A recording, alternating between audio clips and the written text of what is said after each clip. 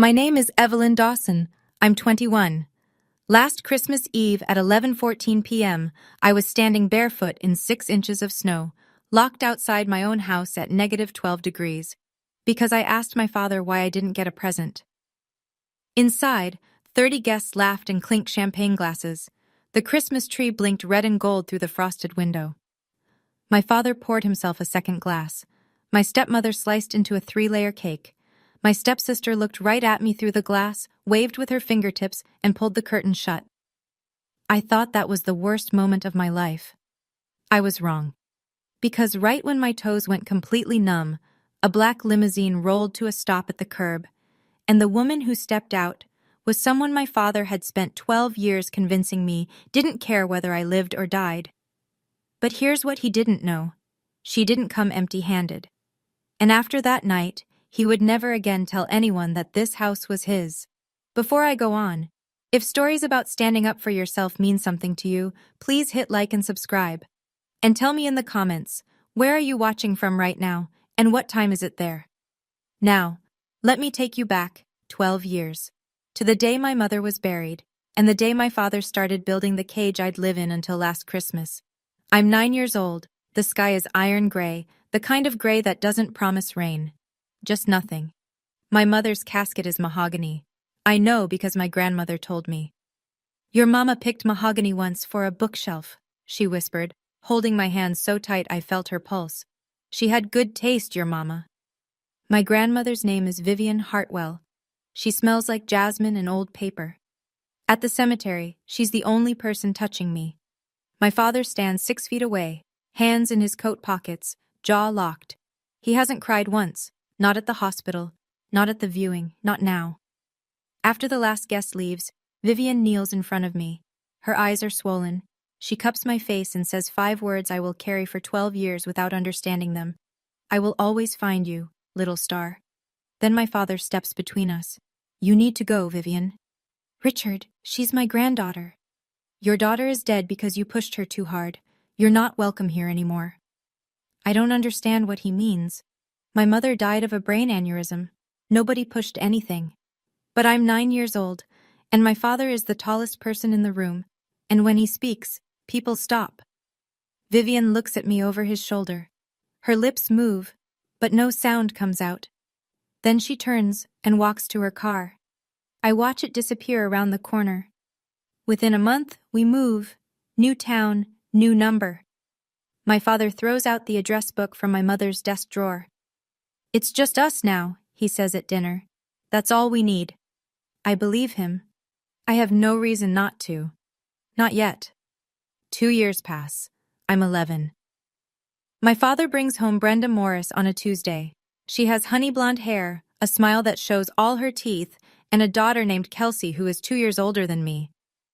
This is going to be wonderful, Brenda says, squeezing my shoulders. Her nails are acrylic. They dig in.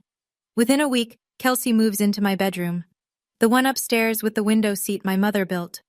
I'm relocated to the basement. There's a cot, a lamp, and a water stain on the ceiling shaped like a fist. Kelsey needs sunlight for her skin condition, Brenda explains. Kelsey doesn't have a skin condition. She has a tan from soccer camp. I learned the rules fast. I cook breakfast before school. I clean the kitchen after dinner. I fold laundry on Sundays. Kelsey picks outfits. Kelsey picks TV shows. Kelsey picks where we eat when we go out, which isn't often. And when we do, I sit at the end of the booth. Evelyn likes helping, Brenda tells guests. She's such a little worker bee. One evening, I say to my father, I have homework. Can Kelsey do dishes tonight? Brenda's eyes fill instantly. She presses a hand to her chest. I try so hard, Richard, and she still resents me. My father turns to me. His voice is low and final. Apologize. Now. I apologize. I always apologize. Here's the thing I won't learn for another 10 years. Every single year, every birthday, every Christmas, a package arrives at our old address, then gets forwarded. A gift. A card. From my grandmother. My father signs the return to sender slip before I even know it exists. Every year. For 12 years. But I'll get to that. I'm 18. I open a letter at the kitchen table and my hands shake. Full scholarship. Nursing program. 4-year university. 80 miles east. I show my father. He doesn't look up from his laptop. Nurses clean up other people's messes, he says. Just like you do here. That same month, Kelsey drops out of community college mid-semester. My father pays off her tuition balance, her credit card, and buys her a used Audi. She's finding herself, Brenda says, stroking Kelsey's hair. I find myself 2 part-time jobs, one at a diner, one at a campus bookstore, and I pay for my own textbooks with quarters and crumpled fives. I don't complain. I'm out of the basement 5 days a week now. That's enough. Then one November night, junior year, I'm home for Thanksgiving. Everyone's asleep. I go to the basement to grab a blanket, and behind the water heater, I find a box. Old cardboard. My mother's handwriting on the side. Margaret. Personal. Inside, a silk scarf, a half-used perfume bottle, still faintly sweet, and a photograph. 2 women at a party. My mother, young, laughing, and beside her, an older woman in a navy dress, arm around my mother's waist. On the back, in blue ink, Margaret and Mom, Vivian's 60th birthday. Vivian. The name lands like a stone in still water. My father told me my grandmother died years ago. Heart attack, before you were born. But this woman looks healthy, joyful. And the party looks recent. Digital timestamp in the corner. 2001. 2 years before I was born. I almost typed the name into my phone that night, Vivian Hartwell. But my father checks my browser history every Sunday. I put the photo back. I close the box. I wait. 5 months later, April, I come home for Easter weekend. I go straight to the basement. The box is gone. I find Brenda in the kitchen, arranging tulips in a vase. The box behind the water heater, I say. Where is it? She doesn't look up. Old junk, I donated it. That was my mother's. Sweetie, it was collecting dust. That night, I can't sleep. I open Facebook Marketplace on my phone and type in our zip code, then scroll. And there it is. My mother's pearl necklace, the one from the photograph, listed for $43. The seller's username, B-Morris-Home. Brenda's email handle. My stomach drops. I screenshot everything. The next morning I find my father in the garage. I show him the listing. I keep my voice even. She's selling Mom's things. The necklace, the scarf. They were in that box. He barely glances at my phone. Brenda is my wife. This is her house too. Drop it. Those were Mom's. Drop it, Evelyn. He goes inside. The garage door hums shut behind him. That night in the basement caught at home, I stare at the water stain and something shifts. It's quiet. No thunder, no dramatic realization, just a slow, terrible clarity. I always thought keeping quiet was keeping peace, that absorbing their cruelty was the cost of having a family at all, that if I was patient enough, kind enough, invisible enough, one day someone would see me. But lying there in the dark, listening to Brenda laugh at something on TV upstairs, I understand. I wasn't keeping peace. I was keeping their comfort. And nobody was coming to see me, not unless I made some noise. I just didn't know the noise was already on its way. December 21st. My father calls a family meeting at the dining table. Brenda sits beside him, pen and notepad ready, like she's taking minutes for a board. We're hosting Christmas Eve this year, he says. Biggest one yet, 30 guests, neighbors, colleagues from the bank, a few relatives. He looks at me the way a foreman looks at a shift schedule. Evelyn, you're on food. I need a full spread, ham, sides, 2 desserts, decorations, table settings. Start tomorrow. I look at Kelsey. She's painting her nails at the table, not even pretending to listen. What's Kelsey doing? I ask. Kelsey's helping Brenda with the guest list and outfits. Right, outfits. I spend the next 3 days in the kitchen, brining the ham, rolling pie crust at midnight, ironing a tablecloth I find in the back of the linen closet that still smells like my mother's lavender sachets. On December 23rd, I pause. I look at the Christmas tree in the living room. It's enormous. Brenda insisted on 9 feet, and beneath it, wrapped in gold and silver, are stacks of presents. I count them. 32. I read every tag. Not a single one, says Evelyn. I find Brenda arranging ribbon on the mantel. Am I invited as a guest, I ask, or just staff? She laughs. light, musical, practiced. Don't be dramatic, sweetie. Family helps family. I nod. I go back to the kitchen. I slice carrots and think about a woman in a navy dress whose name I'm not allowed to search. 200 miles southwest, though I don't know it yet, a 78-year-old woman sits in the back of a black sedan reading a file. The file contains an address. This address, confirmed 72 hours ago. She tells the driver, "Christmas Eve. We go Christmas Eve." December 23rd, late afternoon. A knock at the side door. Ruth Calloway stands on the porch, holding a plate of gingerbread cookies wrapped in cellophane. She's our neighbor 3 houses down. Silver hair, reading glasses on a chain. The kind of woman who remembers everyone's birthday, but never makes a fuss about her own. She steps into the kitchen and sees me. Flour on my cheek, apron stained. Alone. She looks at the ham, the pies cooling on the rack, the potatoes still waiting to be peeled. "All this is you?" she asks. "Family helps family," I say, and I mean it to sound normal, but something in my voice cracks. Ruth sets the cookies down. She glances toward the living room where Brenda's music is playing, then touches my elbow and steers me out to the back porch.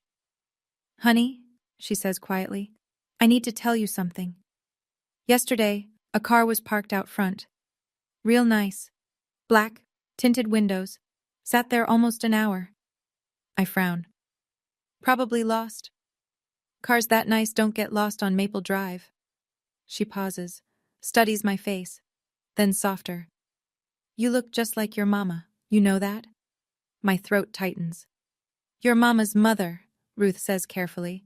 "She was something else. A force. You know that, right?" I open my mouth but nothing comes out. My father told me my grandmother died. My father said she didn't care. Before I can answer, the back door swings open. Richard stands there, beer in hand, smile on, eyes sharp. "Ruth, thanks for the cookies."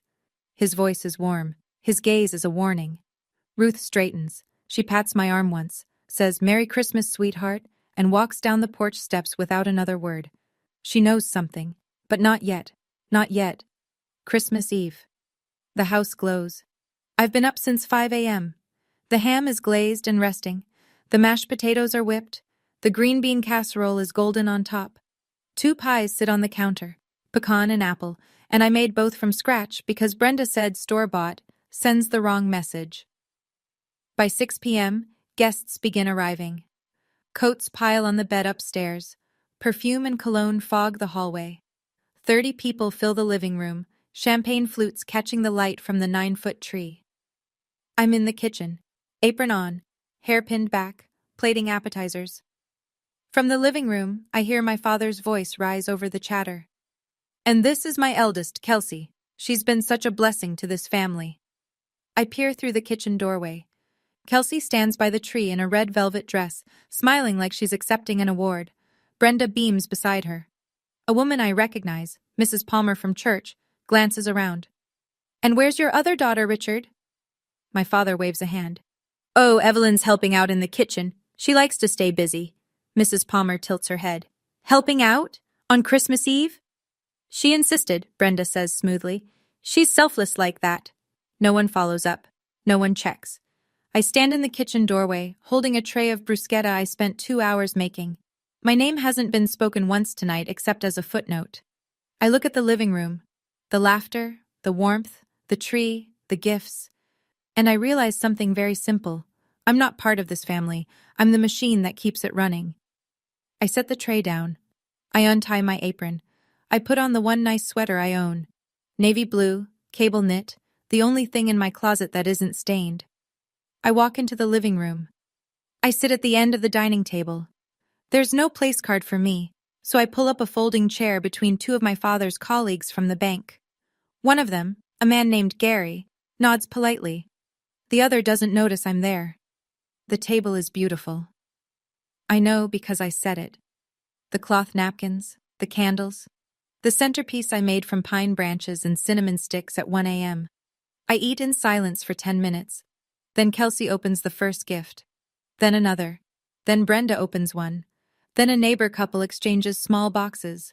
The pile under the tree shrinks. Name after name called. Laughter. Thank yous. Wrapping paper crinkling. I sit still, waiting. The pile gets smaller. My name never comes. Finally, when the last ribbon is pulled, I speak. I don't shout. I don't whine. I keep my voice at room temperature. Dad, is there one of those for me? The room doesn't go silent all at once. It goes silent in waves, conversation dying table by table, like candles blown out in sequence. Brenda reacts first. Her eyes go red instantly. Her lip quivers. Evelyn, this isn't the time. I'm just asking. My father sets down his glass. We talked about this. You're 21. Kelsey is 23, I say. She has 6. Nobody moves. I can hear the clock in the hallway. Brenda turns to Richard, tears streaming. Her hand finds his arm. It's a performance. I've seen it 100 times. She always does this, Brenda whispers. But the room is so quiet, everyone hears. What happens next takes 11 seconds. I've replayed it enough times to count. Second 1, Richard pushes his chair back. Second 3, he grabs my upper arm. His fingers press into the bone. Second 5, he walks me to the front door. My heels drag on the hardwood I mopped yesterday. Second 8, he opens the door. The cold hits like a wall. -12 degrees. Wind. Snow coming down sideways. Second 9, he pushes me onto the porch. I stumble. I'm wearing socks. No shoes. The snow soaks through instantly. Second 11, the door shuts. The deadbolt clicks. I stand there. The porch light is off. The only glow comes from the windows, warm and golden and full of people. I press my hand to the glass. Inside, my father straightens his shirt, returns to the table, and picks up his champagne. Brenda dabs her eyes. Somebody pats her back. You want to talk back? He'd said as he shoved me through the door. Do it outside. Come back in when you learn some respect. My feet burn, then sting, then go numb. I curl my toes, but I can't feel them anymore. My sweater is thin. Wind cuts through cable knit like it isn't there. My fingers turn white. 10 minutes. The party resumes inside. Laughter again. Music. Someone found the Bluetooth speaker. 20 minutes. Snow reaches my ankles. I crouch against the railing and hug my knees. I look through the window one more time. Kelsey stands by the tree, holding a phone. She spots me, walks to the glass, smiles, waves her fingers slowly, the way you'd wave to a stranger's dog. Then she pulls the curtain shut. I close my eyes. I think, I'm going to die here. Outside my father's door. On Christmas Eve. I need to pause here for a second, because what happens next? I still can't talk about it without my hands shaking. But before I continue, if you've ever been punished for simply asking a fair question, type, I've been there, in the comments. Or if you think I should have fought back right then, type, fight back. Let me know. Okay. Here's what happened next. The snow is patient. It doesn't rush. It just keeps falling, keeps layering, keeps pressing its weight onto everything beneath it. My shoulders, my knees, the tops of my soaked socks. I don't know how long I've been out here, maybe 25 minutes, maybe 30. Time moves differently when your body starts shutting down the non-essentials. Fingers first, then ears, then the part of your brain that tells you to keep trying. I think about my mother, not in a grand, cinematic way. I just remember her hands, the way she'd warm mine between hers after I walked home from the bus stop in January. She'd blow on my knuckles and say, "There you go, little star, good as new." Little star. I whisper it now, to nobody. Mom, I don't know what to do. The wind answers. The house doesn't. But then, movement. Through the side window, I see a figure. Ruth Calloway. She's standing near the curtain, peering out. Her face is tight. She turns and says something to my father. I can't hear the words through the glass, but I see his hand. A sharp, dismissive wave. The kind of wave that means, not your business. Ruth stares at him for a long moment. Then she turns away. I pull my knees tighter. My jaw won't stop trembling. Then I think about the photograph. The one in the cardboard box. 2 women. A birthday party. Margaret and Mom. Vivian's 60th birthday. Vivian. Ruth's words from 2 days ago. Your mama's mother. She was something else. My father said she died. But the photo said otherwise. Ruth's voice said otherwise. What if the story I'd been told my whole life, that my grandmother abandoned me, forgot me, didn't want me, was the lie that kept me in this cage? I press my frozen palms together, and for the first time, I don't pray for the door to open. I pray for something else entirely. Through the window, the party continues like I never existed. My father stands at the head of the table. I can see his mouth moving, can read the shape of his words through the frosted glass. He raises his champagne flute. The room listens. I apologize for the disruption, he says. I can just make it out through the thin pane near the front door. Evelyn has been struggling. We've tried everything. Brenda has been a saint. Brenda lowers her head, humble, wounded, a masterpiece of restraint. I just want her to be happy, she says, and two women at the table actually reach over to squeeze her hand. Kelsey chimes in from the couch. She literally screamed at Mom last week. That's a lie. Last week I said, please don't sell Mom's things. I didn't raise my voice. I never raise my voice. Raising my voice is what gets you locked outside. A few guests murmur, heads nod. The narrative is set. Poor Richard. Patient Brenda. Troubled Evelyn. I watch it all through 6 inches of glass and 12 years of silence. But I also see Ruth. She doesn't nod. She doesn't murmur. She sets her glass on the end table, picks up her coat from the chair, and walks toward the back of the house, not toward the front door where I am, toward the back. 30 seconds later, the side gate creaks, footsteps crunch in the snow. And then Ruth is beside me, draping a wool blanket over my shoulders. It's warm. It smells like cedar. Here, sweetheart. Her voice is steady, urgent. I called someone. My teeth chatter so hard I can barely speak. Who? Ruth looks at me. Her eyes are full of something I haven't seen directed at me in 12 years. Certainty. Someone who should have been here a long time ago. Somewhere down the street, I hear an engine. Low. Heavy. Getting closer. The front door swings open.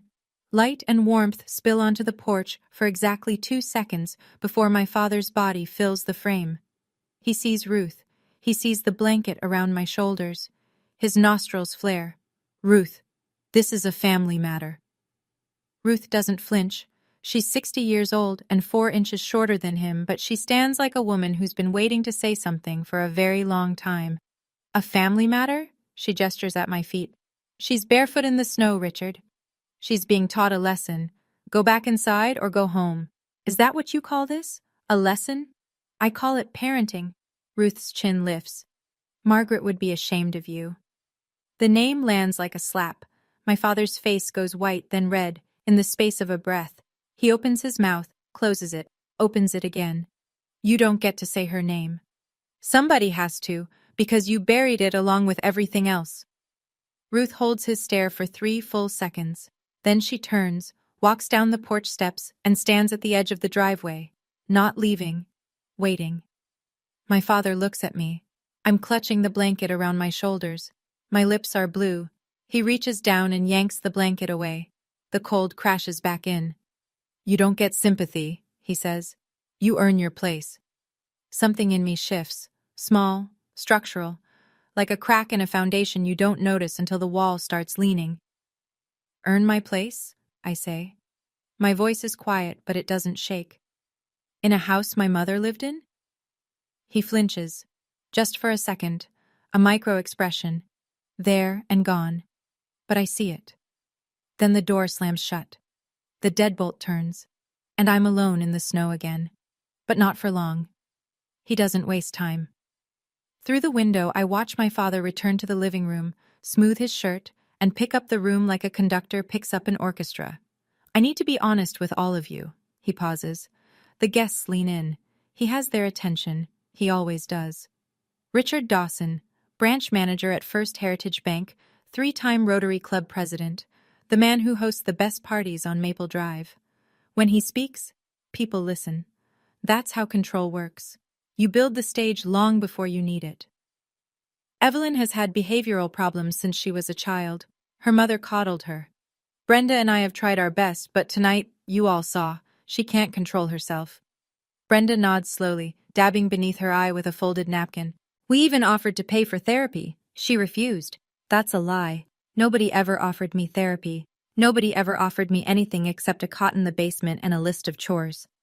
Kelsey curls her legs beneath her on the couch. She's been getting worse. Last week she was screaming. 3 lies in 30 seconds. A family record. A couple near the fireplace whispers to each other. Gary from the bank stares at his hands. Mrs. Palmer frowns, but says nothing. I stand outside in the snow, hearing all of it through the thin wall near the front door. Every word, every nod, every silence that means agreement. Tears run down my face, but they're half frozen before they reach my jaw. I want to scream. I want to pound on the glass and say, I cooked your food, I decorated your tree, I ironed your tablecloth, and you locked me out for asking a question. But I don't. I stand still, and I wait. Because down the road, headlights are turning onto Maple Drive, 11:14 p.m. I'll never forget the time, because Ruth checks her watch and whispers it from the edge of the driveway. 11:14. The headlights are wide and low. They sweep across the snow-covered lawns of Maple Drive like searchlights, turning the white ground pale gold. The engine is quiet, the expensive kind of quiet, and the car that emerges from the dark is long and black and polished to a mirror shine. A limousine, on Maple Drive, on Christmas Eve, in front of my father's house. It glides to the curb and stops. The engine idles. Snow drifts against its tires. Ruth walks to the car. She bends toward the rear window and nods at whoever's inside. The driver's door opens. A man in a dark coat steps out, circles to the rear passenger side, and opens the door. Another man emerges first. Middle-aged, gray overcoat, leather briefcase in his left hand. He looks at the house, then at me, then back at the car. Then a hand appears on the doorframe, thin, steady, a single gold ring on the 4th finger. A woman steps out. She's 78 years old, but she moves like someone who has never once waited for permission. White cashmere coat, silver hair pinned in a low knot, eyes sharp and dark and wet. She sees me. I'm crouching on the porch, socks soaked through, lips blue, sweater crusted with snow, shaking so hard my teeth click like a metronome. She stops walking. Her hand goes to her mouth. Her chest rises once, hard, like she's swallowing something jagged. Then she crosses the yard in 5 steps, unbuttons her coat, and drapes it over my shoulders. It's warm. It smells like jasmine. She cups my face in both hands. Her palms are soft and dry and burning warm. She says 2 words. Little star. I know her. Not from memory. From a photograph hidden behind a water heater in a basement. 2 women at a birthday party, one of them laughing, one of them holding her daughter like she'd never let go. I know you, I whisper, from the photo. Her eyes close. When they open, they're red and fierce and full of something that has been building for 12 years. I know you too, little star. I've been looking for you. She pulls me into her arms. I'm frozen and shaking, and I smell like ham glaze and snow, and she holds me like none of that matters, like I'm the only warm thing in the world. Then she straightens. She looks at the house, the golden windows, the laughter inside, the 9-foot tree and the 30 guests, and the man who locked his daughter outside in the cold. She turns to the man with the briefcase. Douglas. He nods once, opens the briefcase. Vivian walks to the front door. She doesn't knock gently. She knocks 3 times. Firm, measured, final. The door opens. My father stands in the frame, champagne in his hand, smile half-formed. Then he sees her. The glass tilts. Champagne spills on his wrist. He doesn't notice. Vivian. Her name comes out of his mouth like a bone stuck in his throat. She doesn't greet him. She looks past his shoulder, at the 30 faces turned toward the door, at Brenda frozen mid-laugh on the couch, at Kelsey holding a gift bag. Then she looks back at me, still wrapped in her coat on the porch, and back at him. You locked my granddaughter in the snow, she says. Her voice carries. She means it too. On Christmas Eve. In the house I bought. 30 people go silent at once. Brenda stands up from the couch. Who is this woman? Nobody answers her. Every pair of eyes is locked on the doorway, on the 78-year-old woman in a white blouse who just said the word bought like she was reading a verdict. My father recovers first. He always does. Mother, this is a misunderstanding. I am not your mother. Vivian's voice is a scalpel, clean, precise. I am Margaret's mother, and this is not your house. Douglas Fenn steps inside. He moves with the practiced calm of a man who has delivered uncomfortable truths in far more hostile rooms than this. He opens the briefcase on the dining table, right next to the centerpiece I made, and removes a folder.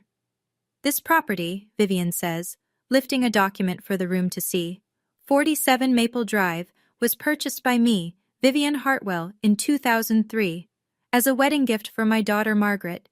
The deed is in my name. It has always been in my name. Richard shakes his head. That's not... I've been paying. You've been living here, rent-free, for 21 years. Vivian doesn't raise her voice. She lowers it, which is worse. Because I allowed it, for Margaret's sake, and then for Evelyn's. The room shifts. I can see it. The way people's postures change. The way Gary from the bank uncrosses his arms. The way Mrs. Palmer puts her hand over her mouth. Brenda's face cycles through 3 expressions in 2 seconds. Confusion, fury, calculation. Richard, what is she talking about? This is my house. I pay the bills, utilities, maintenance. Vivian, paying the electric bill does not make you the owner, Richard. Douglas sets the deed on the table, then a second document, then a third, then a thick stack of envelopes bound with a rubber band. 12 years of certified letters, he says mildly, all returned unopened. Vivian turns to me. I'm standing just inside the doorway now. Douglas guided me in. Out of the cold, please, miss, and draped a blanket from the car over my legs. My feet are on the warm hardwood. They sting coming back to life. Evelyn, Vivian's voice changes. The scalpel becomes a hand. Your grandfather and I wrote to you every birthday, every Christmas, cards, gifts, letters, for 12 years. The room holds its breath. I look at my father. Is that true? He doesn't answer. He's staring at the stack of envelopes on the table like they're a grenade with the pin pulled. Dad, did you send her letters back? She's manipulating you. His voice cracks at the seam. Just like she manipulated your mother. That's a lie, Richard. Ruth Calloway. She's standing in the back doorway, coat on, arms crossed. I don't know when she came in, but she's here. Margaret loved her mother, Ruth says. More than anything, you were the one who cut Vivian off. I was there. I watched it happen. My father opens his mouth. Nothing comes out. 144 letters, Vivian says. She picks up the bundle and holds it where the light catches it. Every envelope is addressed in the same handwriting. Every one is stamped, "Return to sender." Not one reached her. A woman near the fireplace gasps. Gary from the bank pushes his chair back and stands, as though sitting at this table suddenly implicates him. Kelsey looks at Richard. Dad, what's going on? Brenda is already moving. She takes 2 quiet steps toward the staircase like a woman calculating the fastest route to the exit. My father stands in the middle of his own living room, surrounded by his guests, his decorations, his champagne, and he has nothing left to say. The cage is open. 144 letters. Can you imagine that? 12 years of birthday cards, Christmas gifts, handwritten notes, all intercepted, all sent back. If this story is hitting you somewhere deep, please share it with someone who needs to hear it today. And tell me in the comments, would you forgive Richard? Or would you walk away forever? Let's keep going, because Vivian wasn't done. Vivian lets the silence do its work. She doesn't rush. She's spent 12 years waiting. Another 30 seconds is nothing. Then she speaks, and she speaks to Richard the way you speak to someone who has already lost but doesn't know it yet. I gave you this house for Margaret. Margaret is gone. She pauses. And you used it as a cage for her daughter. Richard's jaw works. His fists clench at his sides. But there's nowhere to swing. Not with 30 witnesses, not with a lawyer holding a deed, not with his daughter's frozen socks leaving wet prints on his hardwood. Effective January 15th, Vivian says, I am reclaiming this property. You have 3 weeks to vacate. You can't do that. Douglas doesn't look up from the folder. She can. She's the legal owner. You have no lease, no contract, no claim. I'll file the formal notice tomorrow morning. Richard turns in a slow circle, scanning the room for an ally. Gary looks at the floor. Mrs. Palmer looks at her lap. The couple near the fireplace is already reaching for their coats. Nobody meets his eyes. Then Brenda's voice cuts through. And it's a voice I've never heard before. Not the soft, wounded tremor she uses on Richard. Something harder, colder, real. Richard, she's standing at the foot of the stairs, purse already on her shoulder. You told me this was your house. It is my. You told me this was yours. The mask falls. Brenda isn't crying now. She's calculating, and the math just changed. Vivian watches the exchange without expression. Then she turns to Brenda. And you? I know about the necklace. Margaret's pearl necklace. I know you sold it online for $43. Brenda's face drains of color so fast I can see it from across the room. The cage isn't just open, it's demolished. My father tries one last thing. The only tool he has left when authority fails, sentiment. He turns to me. His eyes soften. His shoulders drop. His voice goes quiet, almost tender. And if you didn't know him, if you hadn't spent 21 years studying every shift in his tone the way a sailor studies wind, you might believe it. Evelyn, sweetheart. He takes a step toward me. You're my daughter. Don't let this woman come between us. I lost my temper. It's Christmas. Let's not do this. I look at him. I look at the door he pushed me through. I look at the deadbolt he turned. I look at the window Kelsey waved from before pulling the curtain shut. I look at the 30 guests who sat in silence while I stood barefoot in the snow. I don't shout. I don't cry. I speak the way you speak when you finally found the floor after years of falling. You locked me outside at -12 degrees, barefoot, on Christmas Eve, and went back to your wine. I lost my temper. You didn't lose your temper, you made a choice. I hold his gaze. Just like you chose to hide every letter Grandma sent. Just like you chose to tell me she abandoned me for 12 years. He opens his mouth. I don't let him fill it. I'm not punishing you, Dad. I'm done waiting outside your door. I turn to Vivian. She extends her hand. I take it. We walk toward the front door. Ruth Calloway follows. Douglas gathers the documents and closes his briefcase with a soft click. 30 people watch us leave. Nobody speaks. The Christmas tree blinks red and gold behind us, lighting up a room full of people who will never look at Richard Dawson the same way again. I don't look back. The limousine is warm. Not house warm, not blanket warm. The kind of warm that seeps into your bones and tells your body it's safe now, you can stop clenching. Vivian sits beside me. She tucks a second blanket around my legs, then reaches over and takes my frozen hands between hers. She doesn't rub them. She just holds them. Steady and firm, the way she must have held my mother's hands once. I looked for you every single day, little star. My voice is a wreck. He said you didn't want me. I wanted you so much I hired 3 investigators. The first 2 hit dead ends.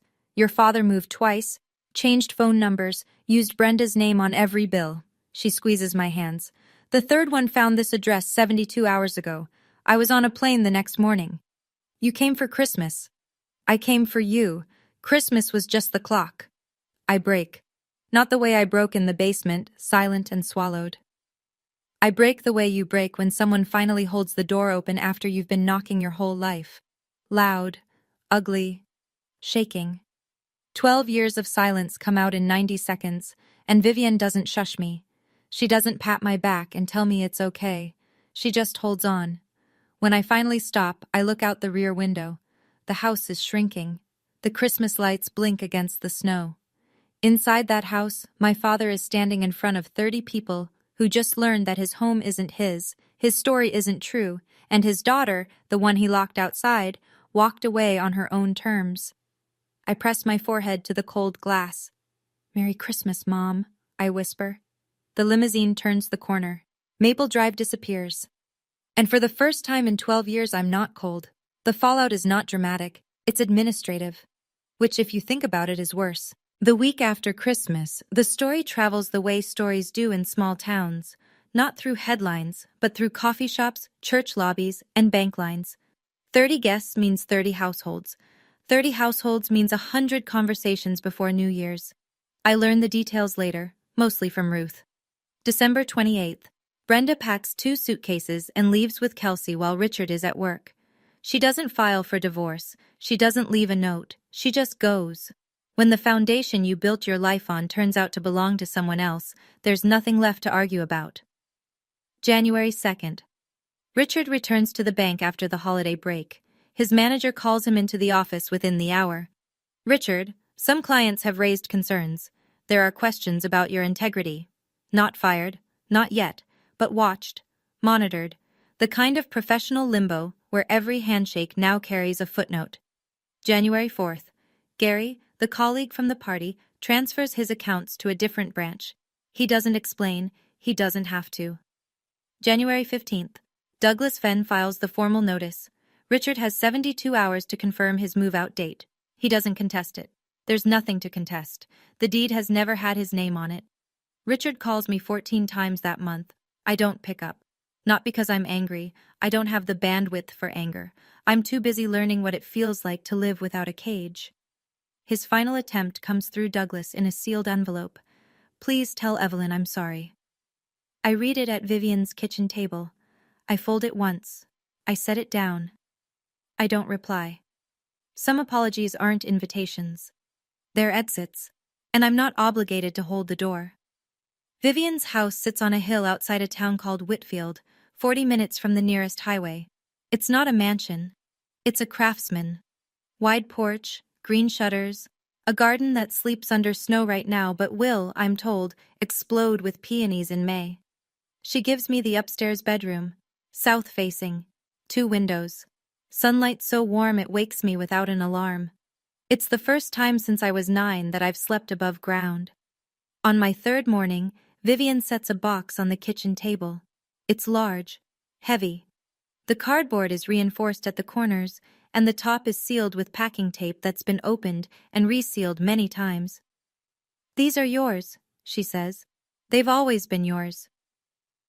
Inside, 144 envelopes, sorted by year, each one addressed to me in the same handwriting, steady and deliberate and full of love. I open the first one, dated March 15th, 12 years ago. My 10th birthday.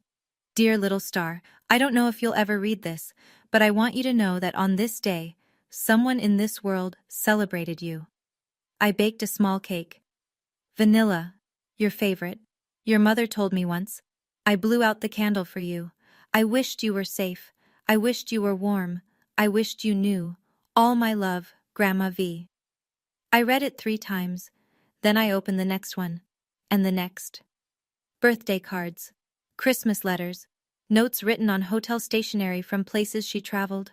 A drawing of a star she made on a napkin. And tucked inside the envelope for my 18th birthday, a folded letter from a financial advisor confirming a college fund opened in my name. Fully funded. Untouched. My father hid this too. I sit in Vivian's kitchen and read every letter. All 144. It takes me 4 hours.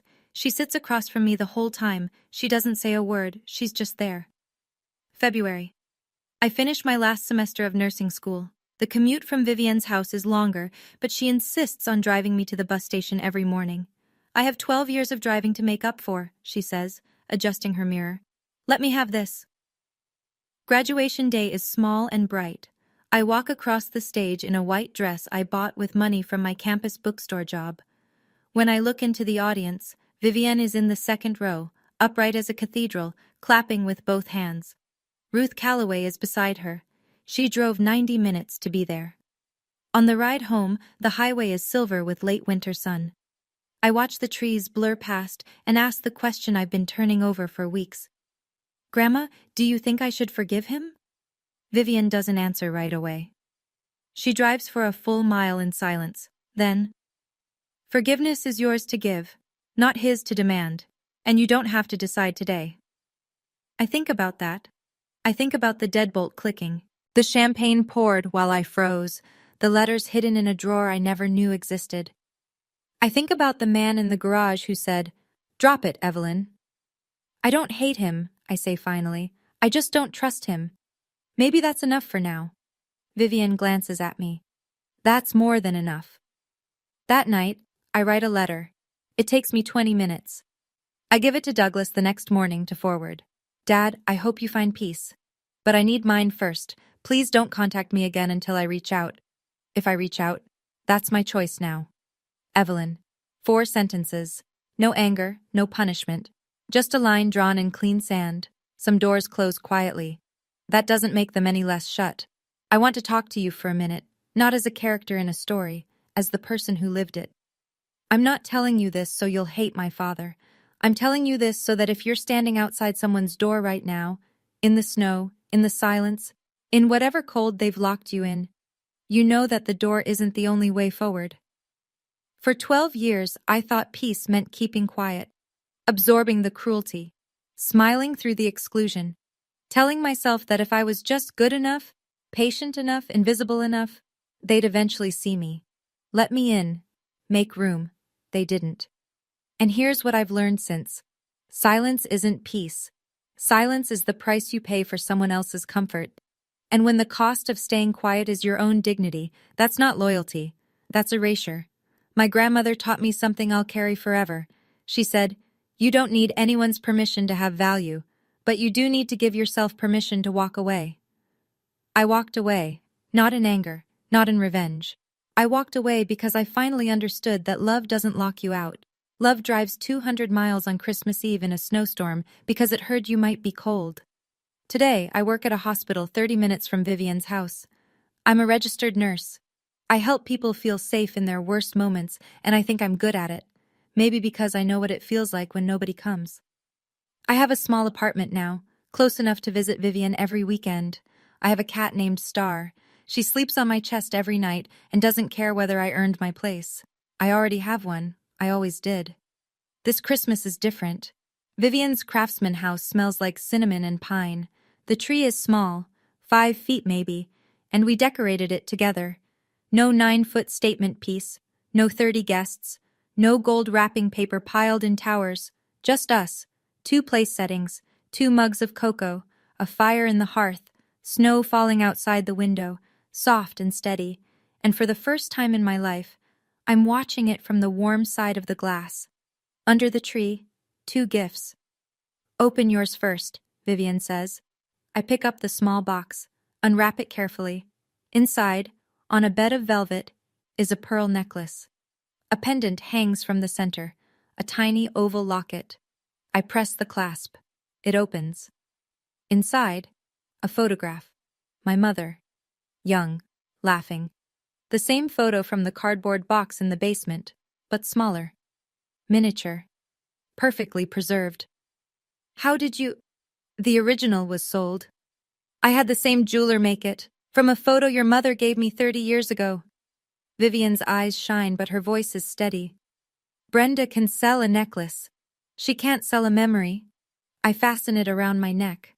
The pearl rests just below my collarbone, cool at first, then warm. I look out the window. Snow falls on the porch, but the porch is empty. No one is shivering, no one is locked out, no one is watching happiness through a window, wondering why it never includes them. Last Christmas, I stood outside in the snow, barefoot and frozen, watching someone else's joy through a pane of glass. This Christmas, I am the warmth inside. I press the locket against my chest. I close my eyes. "Merry Christmas, little star," Vivian says. "Merry Christmas, Grandma." That's my story, and now I want to hear yours. If you've ever had to walk away from someone you love to protect yourself, type "I walked away" in the comments. Or if you chose to stay and fight for your boundaries, type "I stayed and fought." Both are brave, both are valid. If this story moved you, check the description for more stories just like this one. Thank you for being here. Merry Christmas, little stars.